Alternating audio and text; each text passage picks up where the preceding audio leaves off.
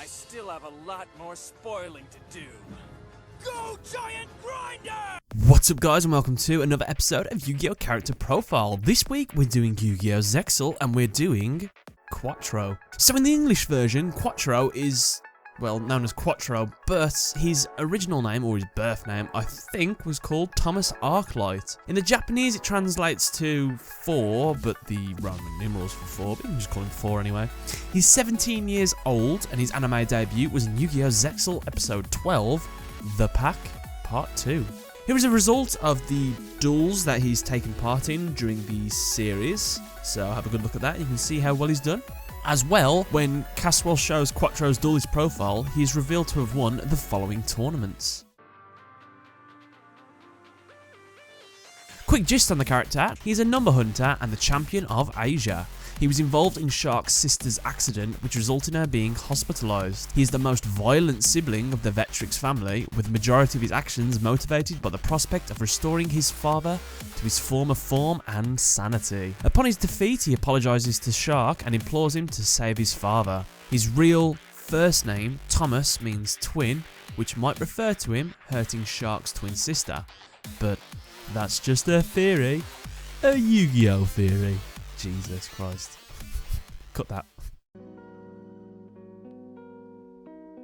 Quattro has a long, cross-like scar running down the right side of his face, and like his brothers, Trey and Quinton, has a crest on his body. His crest is purple and on his right hand, which resembles fire and lightning. He has a purple dual gazer-like pattern that appears around his eye, similar to his brothers, as well as Kite Tenjo, Dextra and Nistro, although he has worn a regular dual gazer in the past. He has large, spiky layered dark red and yellow hair and dark red eyes. Like Trey and Quinton, he wears formerly medieval style attire that consists of a long flowing coat with white pants, boots and a shirt, which all feature a curly, high class pattern. Quattro's D-pad has the appearance of a red blade which separates into 3 sections. He highly resembles Takuto Tsunashi from the anime Star Driver. At first, Quattro acted as a sadistic and malevolent duelist who wanted to make his opponents suffer, with what he calls his fan service in order to win. In the dub, he refers to it as spoiling his fans. When in the presence of his fans, his personality becomes a facade as he hides his true natures and becomes a noble and well-mannered person. He sees his fans as bad duelists and challenges them as his fan service. When he duels, he initially praises their skills and let them think they have the upper hand. When his opponents fall into his trap, he shows his real self and defeats them cruelly, going so far as to keep attacking his opponent even if they have no life points,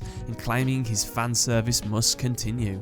Beneath his malevolent behaviour, Quattro shows clear signs of insecurity due to the fact that his family has suffered at the hands of Dr. Faker. He also regrets some of the transgressions he has done, describing them as inhuman, all for his father's sake. Like his brothers, he only followed Vectrix's orders and wanted to defeat Dr. Faker with hopes that doing so returns Vectrix to his normal self. After his father had reformed, Quattro still maintains his boastful attitude and his old habit of saying fan service, but had become much more friendlier. Still remorseful about his actions towards Rio, he developed an empathy for her. Quattro also displayed a childish side, complaining about Shiranex's number 4 Stealth Kragan, simply because of the 4 in its name, which Quattro proclaimed the number was his trademark. He also expressed gratitude for what Yuma and Shark have done for his family. Believe it or not, Quattro has some abilities. The crest upon his body grants him various powers. It protects him from having his numbers extracted from him, rendering Photon Hand useless, and he can also produce portals to quickly travel and escape. The crest does come with a price though. It is directly connected to his soul, and should he lose a duel while wielding a powerful number, he will fall into a comatose. Bit of backstory on the character: in his younger days, Thomas Arclight lived with his brothers and their father, Byron. They lived a happy life with their dog, where he was an innocent, mischievous and playful child. On a winter night, their father gave Michael a dual monster card, Chrononomaly Aztec Mask Golem, which Michael showed to Thomas in his excitement. Thomas was jealous because only Michael received a card and stole Mask Golem from him. His father became involved in Dr. Faker's experiments, but Faker eventually betrayed both him and Kazuma Tsukumo, sending them to another dimension as sacrifices to open the door to the alternate worlds. As Byron didn't return from the trip, Michael and Thomas were sent to an orphanage, while Chris remained at Dr. Faker's facility in an attempt to learn of their father's fate. However, after learning Kite Tenjo and Heart Tenjo were Faker's sons, Chris left Heartland with his brothers. Their father returned years later, but his form warped into that of a child. He took the name Vectrix and begun plotting revenge, with Thomas and his brothers aiding him. Thomas became known as Quattro. Vectrix imbued each of his sons with a crest which granted them great power. As part of Vectrix's plan, Quattro was told to duel Rio Castle. He played a card called Flaming Hell Blessing, which somehow set the building on fire. Quattro carried her to safety, with his face being scarred in the process, but she was critically injured in the blaze. Quattro used to play a Gravekeeper deck based on the cards seen in his deck, which fell on the floor during his national dual circuit days. However, Quattro uses a Gimmick Puppet deck primarily focused on Xyz summoning his number monsters quickly.